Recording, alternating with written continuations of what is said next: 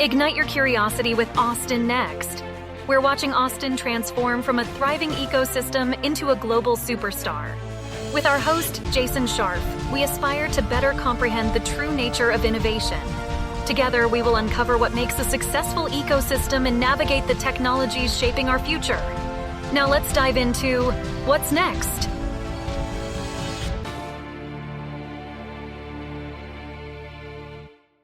Today's podcast is sponsored by Austin Private Wealth, a registered investment advisor focused on fee-only financial planning and investment management. Their mission is to serve affluent clients with personalized financial advice, fostering a trusted relationship that will endure for generations to come. Austin Private Wealth is not just about managing wealth. They're about inspiring you to embrace a future filled with possibilities and helping you architect enduring legacies. Their core values of integrity, service, caring, excellence, and growth are at the heart of everything they do. Connect with them today at austinprivatewealth.com. Austin Private Wealth is a registered investment advisor. Advisory services are only offered to clients or prospective clients where Austin Private Wealth and its representatives are properly licensed or exempt from licensure. No advice may be rendered by Austin Private Wealth unless a client service agreement is in place. Investing involves risk and possible loss of principal capital. Please seek advice from a licensed professional. One of the superpowers of Austin is that we're living in the future. This has a double meaning, both that we're inventing the future and that it's being deployed here in Central Texas. Part of that invention and deployment aims directly at one of our challenges, infrastructure. We're joined today by Jeff DeCoux, founder and CEO of the Autonomy Institute. Prior to founding the Institute, Jeff was CEO and founder of Hanger, the world's first robotics as a system data acquisition platform. His focus over the last 30 years has been on high-tech industries and enhancing business productivity through automation. Jeff has multiple successful exits and multiple patents. The Autonomy Institute was launched in 2018 as a nonprofit consortium of over 100 industry, government, and academic organizations. It's focused on accelerating the path to commerce for intelligent infrastructure and autonomous systems to foster both social and economic transformation in cities. The Institute collaborates with large infrastructure investors on the creation of public-private partnership programs.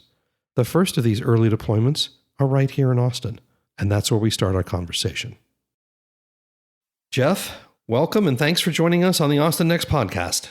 Well, wonderful. Great to be here. I've loved the whole concept of Austin Next because I think Austin is the epicenter of the future, and I think programming like yours is going to be vital to make it happen. Thank you. Appreciate that.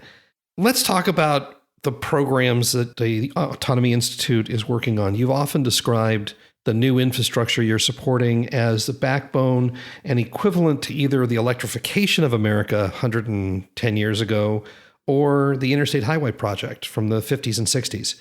Give me some general background on intelligent infrastructure, why it's needed, what it looks like, and how it's going to be deployed.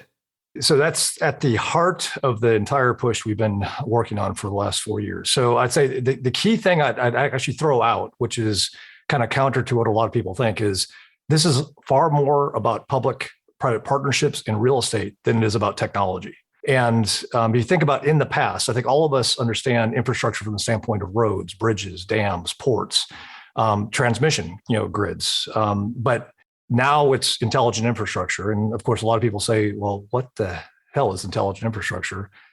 So kind of going back to how we got to this point 4 years ago, we were working on this is I've been in the tech industry for over 30 years, and I've seen many evolutions of technology, from hardware and software.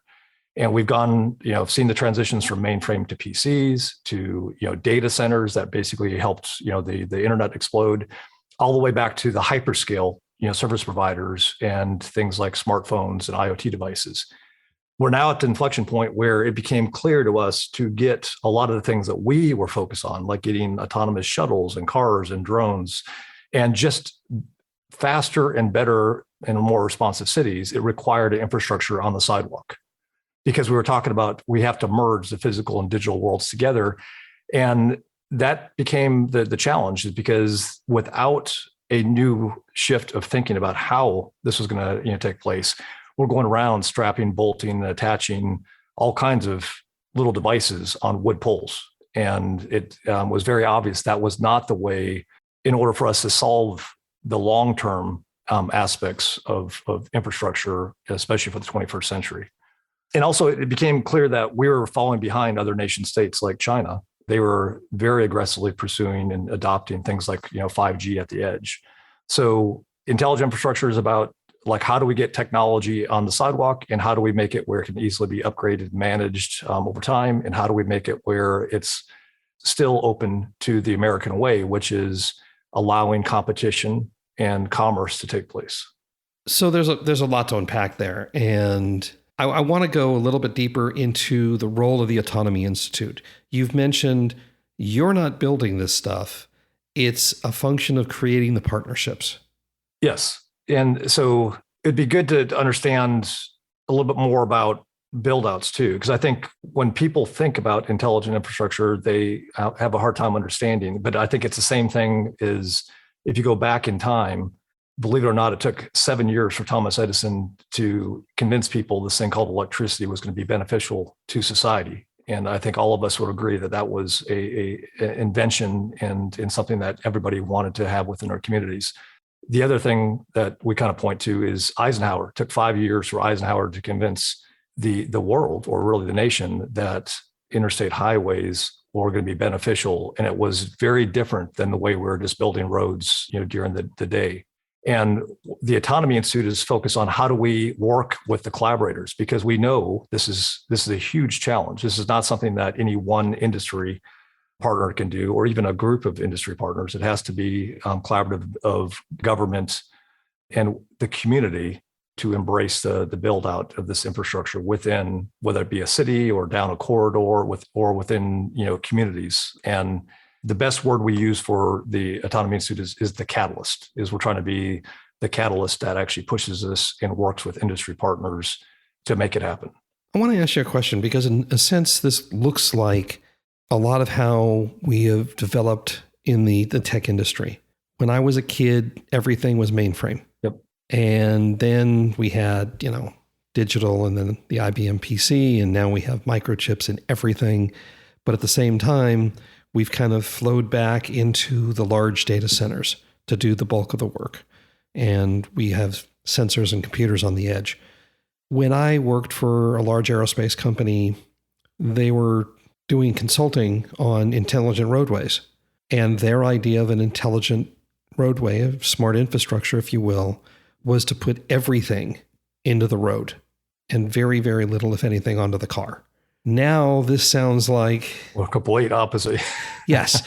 Now we have autonomous vehicles level 1, 2, and 3, and we have those little delivery robots running around the streets of Austin, and we haven't done anything to the roadways yet.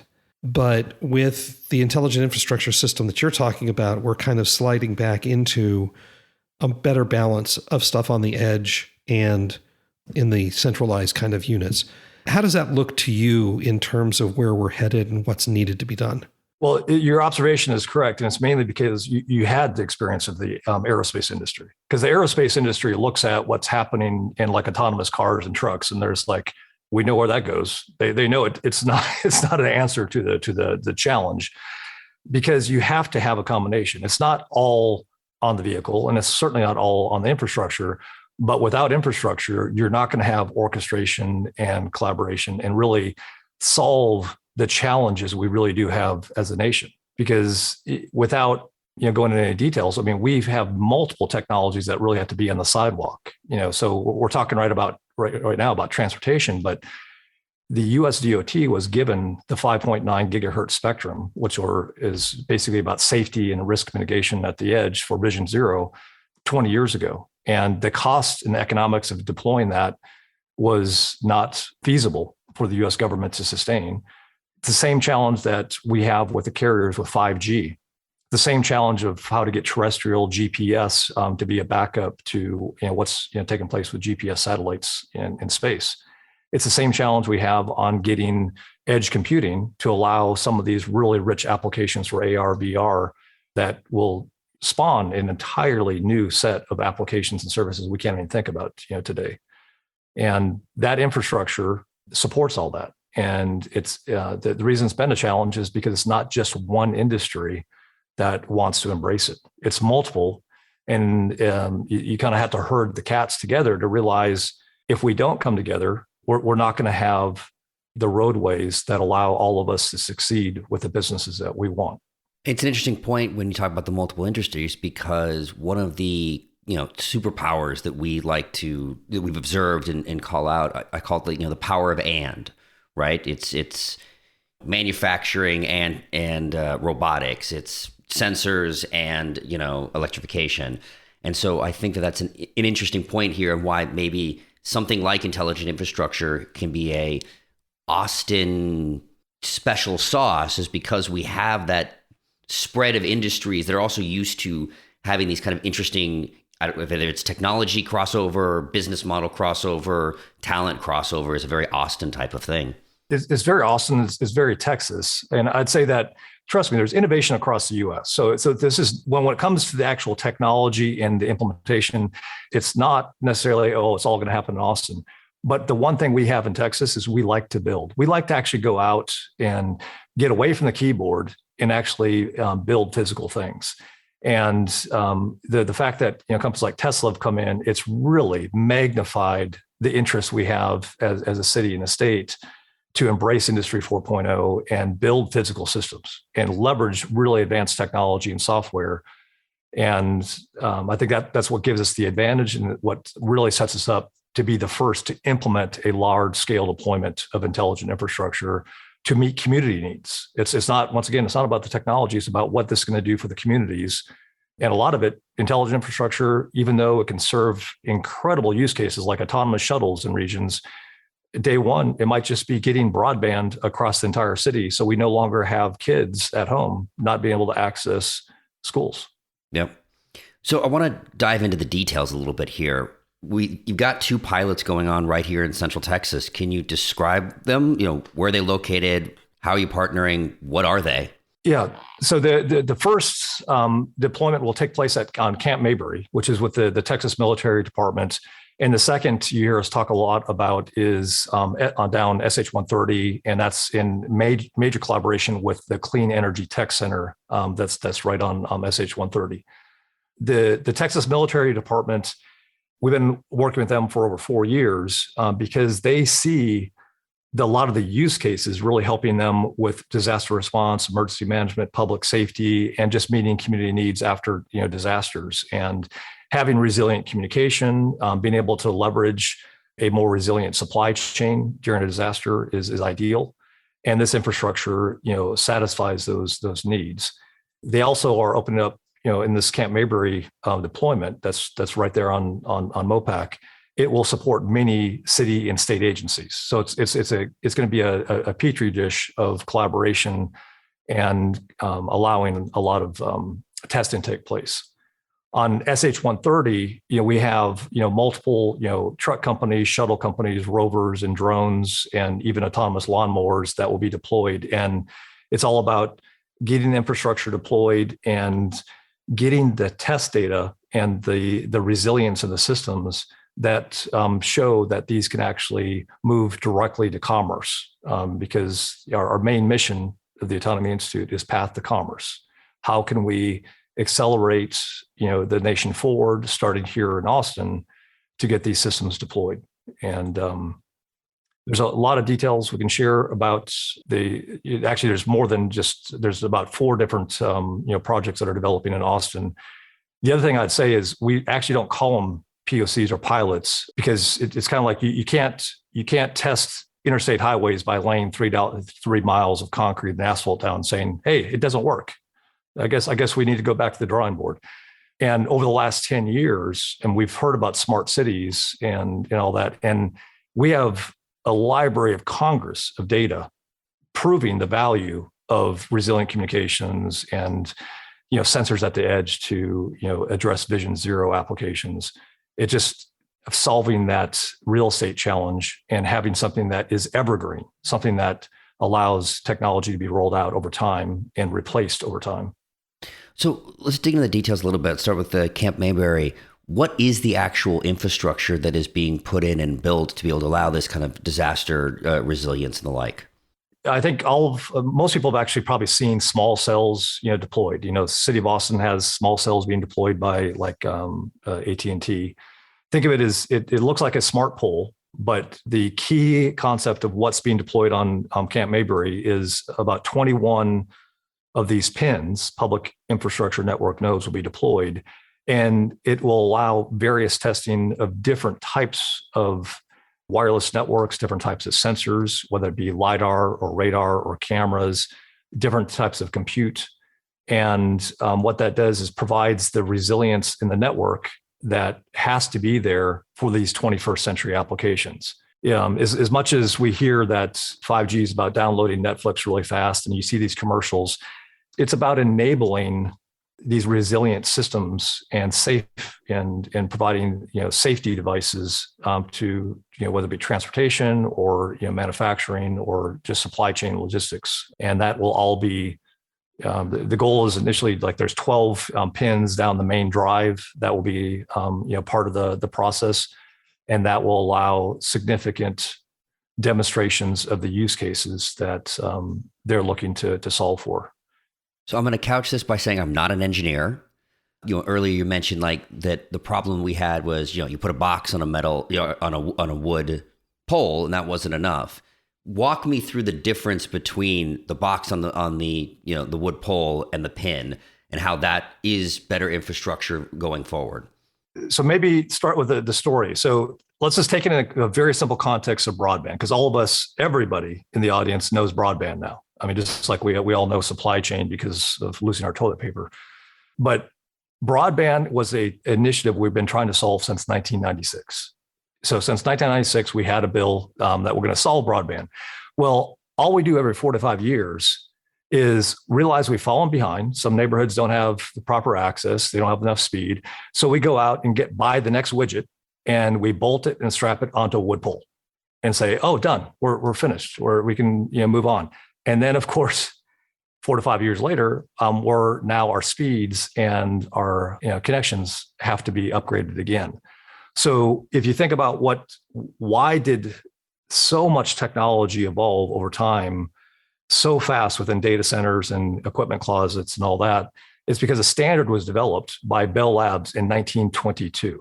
It's called the 19-inch rack. And it's just, to the layman, all it is a shelf that everybody agreed to design their computers, their storage, their network devices to.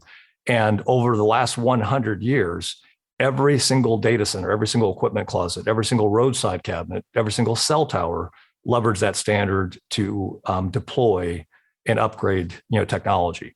So the data centers had an evergreen platform.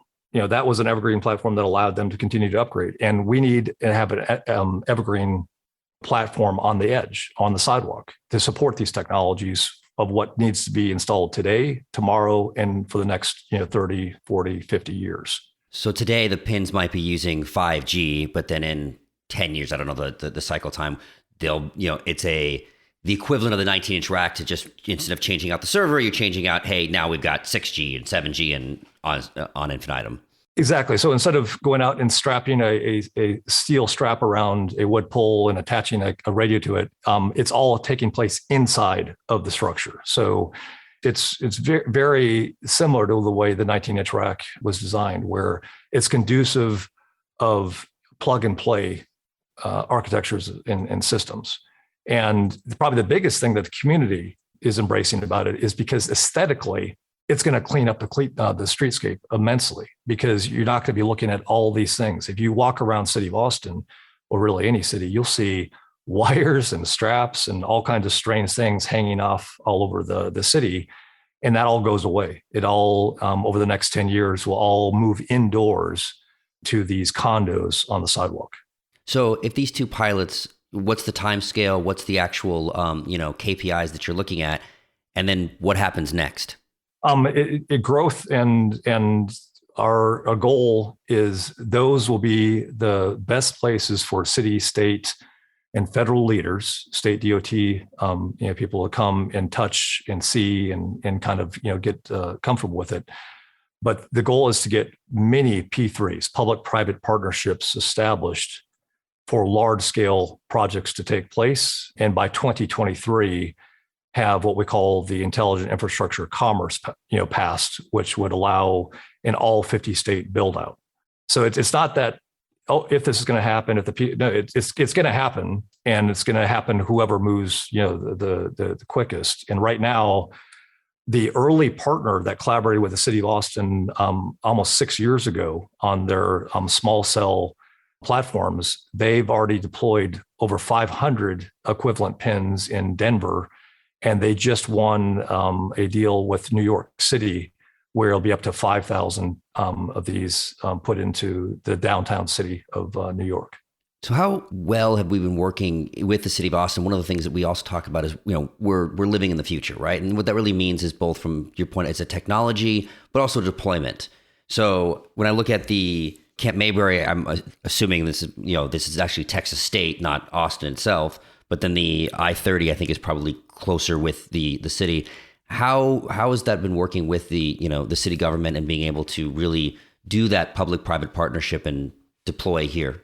Well, I think that's been the biggest challenge, not because we're dealing with over 200 individuals in the city of Austin alone, and incredible collaborators, people that really want to see this happen. And I think there's, early on, there was a lot of confusion about, oh, wait, is this a technology? Is this, what is this? So it took time, very similar to what happened with even interstate highways, to understand the concept. Understand it was far more about a public-private partnership in collaboration with industry.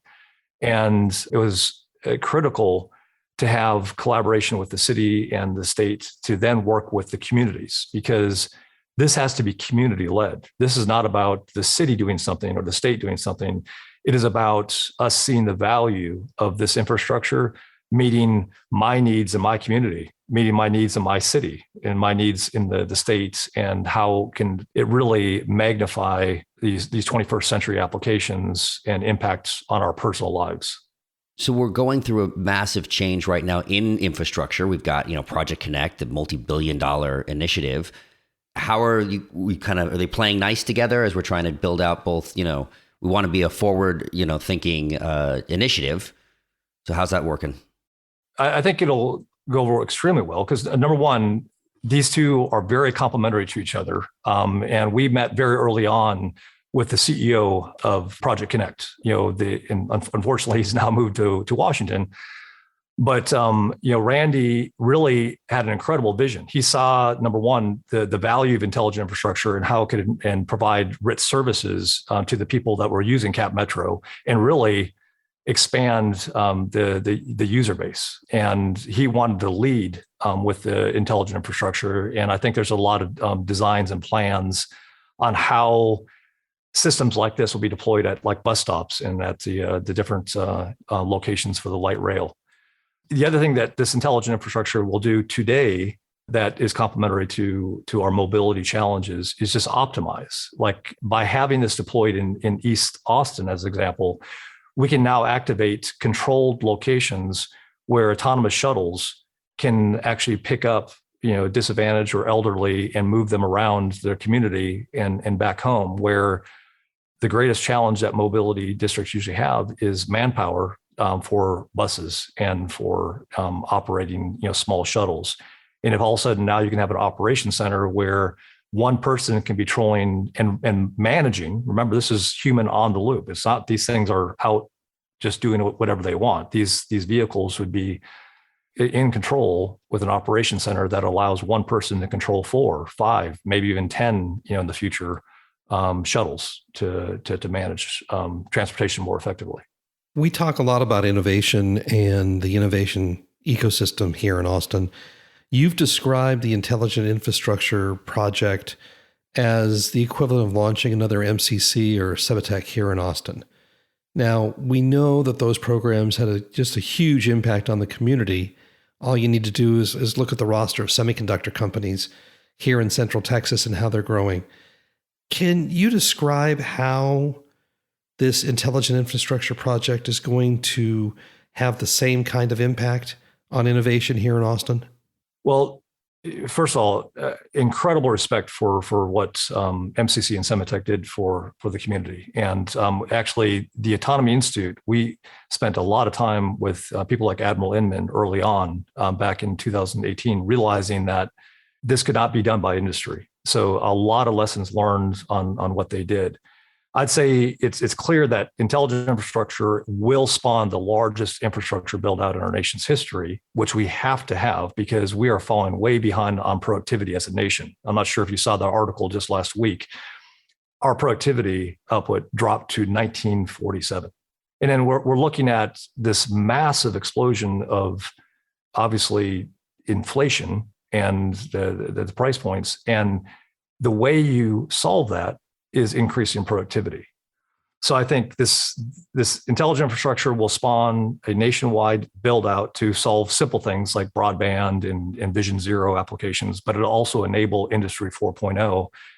It will create millions of new jobs. I mean, jobs that are exciting and it really help accelerate new technologies and services that we're not even thinking about right now because, it's kind of like Uber. Nobody thought Uber was a thing. But if it wasn't for the iPhone and that infrastructure, it would have never happened.